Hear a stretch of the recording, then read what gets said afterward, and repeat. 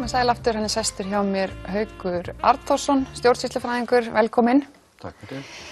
Þú hefur rannsakað þingstörfin á Alþingi í 24 ár, síðustu 24 árin, eða semst frá 91 til 2015 og þú birtir þetta greinar og varst með fyrirlestur daginn þar sem fórst aðeins yfir svona niðurstöðunar og meðal þess sem að þar kom fram var að það megi líta svo á að skipulagið Alþingis sé frekar veikt og það bitni mögulega á gæðum lagasetningar og síðan að málþóf sé hérna stundað í talsverðum mæli. Segðu mér aðeins byrjum aðeins á málþófinu.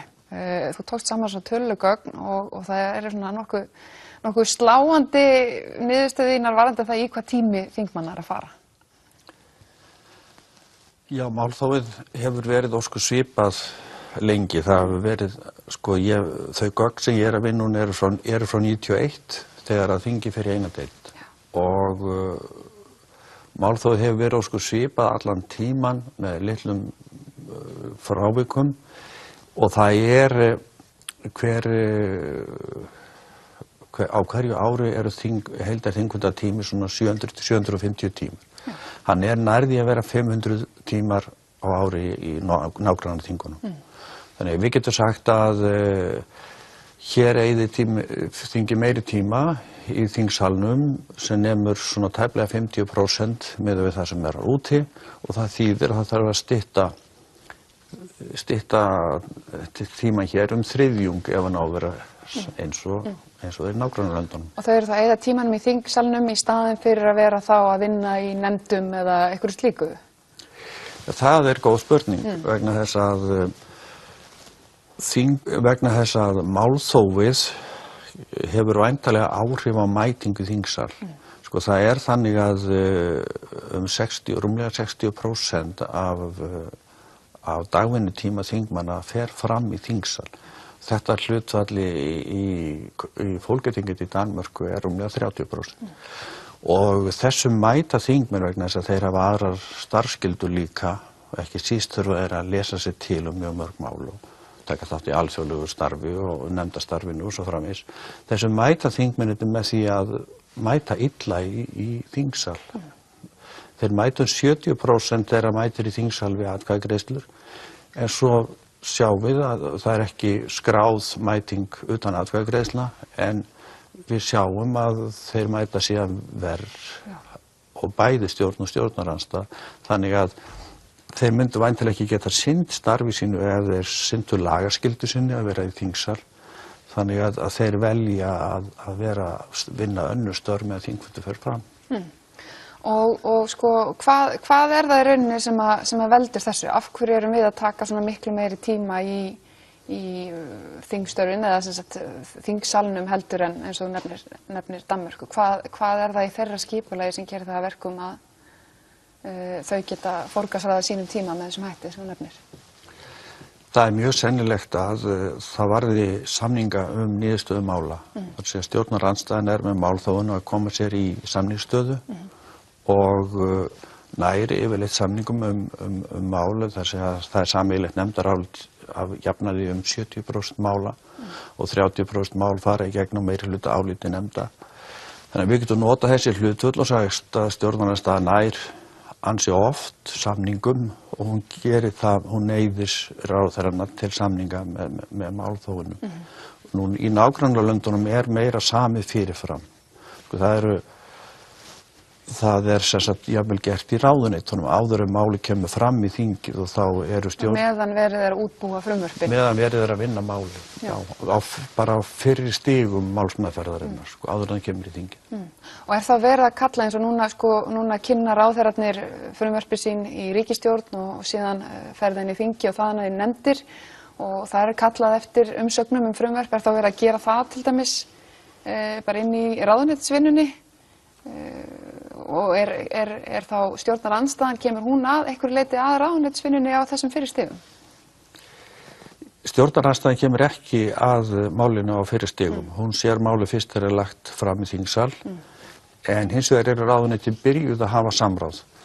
Þetta er í rauninni þannig að ráðherra leggur fram mál sem yfirleitt samkvæmt hans pólitíska vilja.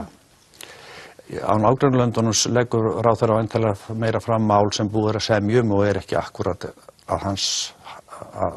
eins og hann vill. Hér ráðuneytið að byrja samráð og samráðið náttúrulega fyrst og fremst við fræðasamfélagið annars vegar og hins vegar hagsmunaaðila. Það fer fram hjá nefndum Alþingis núna og þess vegna sem sagt og á Alþingi fer fram í dag sem sagt samráð við fræðasamfélagið, hagsmunaaðila og svo að lokum eru samningar við stjórnarandstöðuna í meirihluta tilvika og þessi samningar málin getur ráðherra svo verið að gera alveg á lokastigum þess, jafnvel á 2-3 síðustu dögum þingsins og þá orðið svo lítið svigrúm til þess að huga að gæðamálum, huga að áhrifum lagana og annað slíkt og sérstaklega ef þeim mikið breytt og stórum lögum breytt, kannski yfir 30% orðanna breytt í meðferðum þingsins. Þannig að þegar að þingið komið með lagasetningu þá getur hún verið tölvöld mikið öðru sem lagt upp með ráðherranum í upphafi. Og sko þú skoða aðeins gæði lagasetningar, það er verið að klára hluti, oftast eru menn komnir í tímapressu, það er verið að klára hluti með því að semja við stjórnarandstöðuna og lokasprettinum. Þú tókt saman einhverjar tölur og það sem hægt að álykta gæði lagasetningar. Hvernig er þetta að koma illa út fyrir löggjafann? Þarf hann mikið að draga tilbaka það sem hann er að gera, að breyta því eða er sjáanlegt að gæðin minnki með þessum starfsháttum? Það eru svona sterkar ábendingar það. Það má auðvitað deila það hvað eru góð lög og hvað eru ekki góð lög og allt það. En gæði lagasetningar má meðal annars breyta með því hvað þeim breytt oft eftir að þau eru sett. Hvað þarf að breyta þeim oft, hvað neyðist þingið til þess að breyta þeim oft. Og að meðaltali nýsettun heildarlögum breytt með 2,5 breytingalögum fyrstu 5 árin á gildistíma þeirra. Það á þó ekki við stórmál, þannig að stóru pakkarnir sem eru yfir 12.000 orð, þeim breytt með 5,6 breytingalögum. Og við verum að muna að í hverjum breytingalögum geta verið margar breytingar. Þannig að við erum að tala kannski að jafna því breytingar sem kannski frá 5 til 20 breytingar á hverjum stórum lögum sem gert á fyrstu 5 árunum. Nú þetta hef ég ekki borið sama við þinginu á Norðurlöndunum en að svo miklu leyti sem ég hef unnið í þeirra gögnum þá hef ég ekki séð þessi smálög þar. En hvað við tölum málþófið að það í rauninni þannig sem að stjórnarandstaðan kemur sér í samningsstöðu. Hvernig, við sjáum þetta ekki jafn mikið á Norðurlöndunum, hvernig koma þeir sér í samningsstöðu og hvað þyrftum við að gera hér til þess að í rauninni að breyta þessu verklagi, að minnka mál? Þetta náttúrulega ansi hápólitísk spurning og fer eiginlega út fyrir það sem ég hef, þau gögn sem ég hef og það rannsókn sem ég hef gert. En ég get svarað því bara sem hver og einn kjósandi að í Danmörku stjórnarandstaðan með málskotsrétti. Það sé 1/3 þingmanna getur vísa máli til þjóðaratkvæðagreiðslu. Það auðvitað mjög voldugt vopn í höndum stjórnarandstaðunnar og gerir það væntanlega verkum að ráðherra semja við hana fyrirfram. Það er ekki mikið nýtt? Nei, það hefur verið, mér minnir að þessi málskotsréttur hafi verið settur á 1953 og hann hefur verið nýttur einu sinni og það langt síðan. Nú hins vegar á hinum Norðurlöndunum þá virðast ráðherrar einfaldlega semja fyrirfram og í ráðuneytunum að minnstakosti í Danmörku og þá samið við leiðtoga stjórnarandstöðuna fyrirfram og þá þá málið miklu lengra komið þegar kemur til þingsins og þá stjórnarandstaðan sömuleyti búin að binda hendur sínar og þá verða verkefni þingsins við lagasetninguna töluvert mikið önnur. Þannig að þetta heilmikil menningarbreyting að fara yfir í norræna módelið og gerir það þá að verkum að ráðherra þyrfti í rauninni að vera með samráð út í þjóðfélagi líka hjá sér auk samningarnir við stjórnarandstöðuna.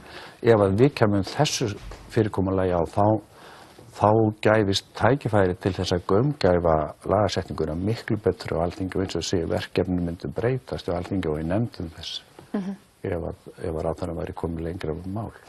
Nú var umræðum málþóf ekkert nýja nálinni og lögum hefur nú verið breytt áður til þess einhvern veginn að reyna að stemma stigu við þessu, ekki satt, og þá var í rauninni hámarksræðutíminn styttur. Hvaða afleiðingar sérðu að það hafi haft? Já, það var 2007 sem var tekið á þessum löngu ræðum.